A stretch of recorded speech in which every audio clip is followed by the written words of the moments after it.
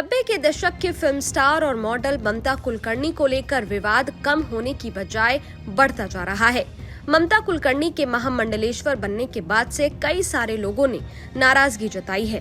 ममता को ये पद देने के एक हफ्ते बाद ही विवादों में घिरे रहने की वजह से एक्ट्रेस से ये पद ले लिया गया। इतना ही नहीं, एक्ट्रेस पर कई सारे आरोप भी लगाए गए, जिसमें ये कहा गया कि महामंडलेश्वर का पद पाने के लिए उन्होंने 10 करोड़ रुपए दिए हैं। हालांकि अब इस मामले में एक्ट्रेस ने खुलकर बात की है, जिसमें उन्होंने इन सभी मुद्दों पर बात की। महाकुंभ के दौरान ममता कुलकर्णी का टॉपिक लोगों के बीच एक खास चर्चा का विषय बना हुआ है। एक्ट्रेस के महामंडलेश्वर बनने के बाद से कई साधु संतों ने इस पर सवाल उठाया, जिसमें बाबा बागेश्वर के नाम से जाने जाने वाले पंडित धीरेन्द्र शास्त्री का नाम भी शामिल है। अब ममता ने अपने तरीके से उनके सवालों का जवाब दिया है। हाल ही में एक्ट्रेस एक शो का हिस्सा बनी थी, जिसमें उनसे जुड़े सभी आरोपों और विवाद के बारे में उनसे पूछा गया।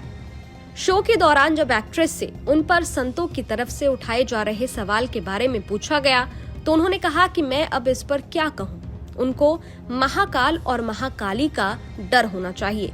इसके साथ ही उन्होंने धीरेन्द्र शास्त्री के बयान पर रिएक्शन देते हुए कहा, वो धीरेन्द्र शास्त्री, उनकी जितनी उम्र है 25 साल, उतनी मैंने तपस्या की है। जिनको उन्होंने सिद्ध करके रखा है वो है हनुमान जी। इस 23 साल की तपस्या में 2 बार प्रत्यक्ष स्वरूप में उनके साथ मेरा रहना हुआ है।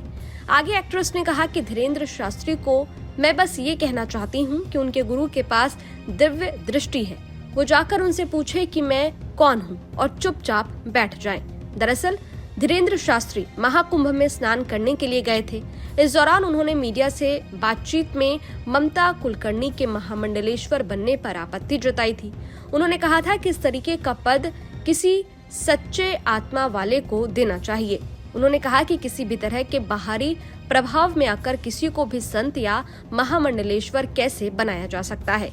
हम खुद अभी तक महामंडलेश्वर नहीं बन पाए हैं। ऐसे में एक बड़ा सवाल ये भी है कि क्या ममता कुलकर्णी महामंडलेश्वर है या नहीं।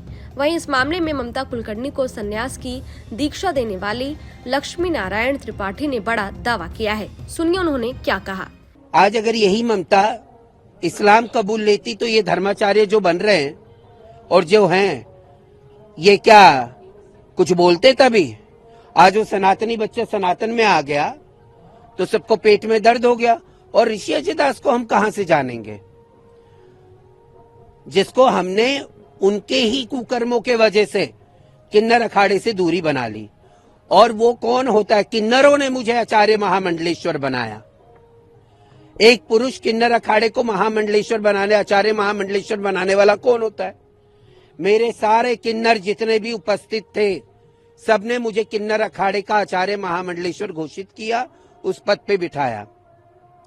मेरे सब पुराने महामंडलेश्वर बात करेंगे इस बारे में, और सब लोग बोलेंगे यही ऋषि अजय दास था जो लव गुरु बने थे। पहले इनका मुंह काला किया गया था, चप्पलों का हार पहनाया था, इनको मारा पीटा गया था उज्जैनी में।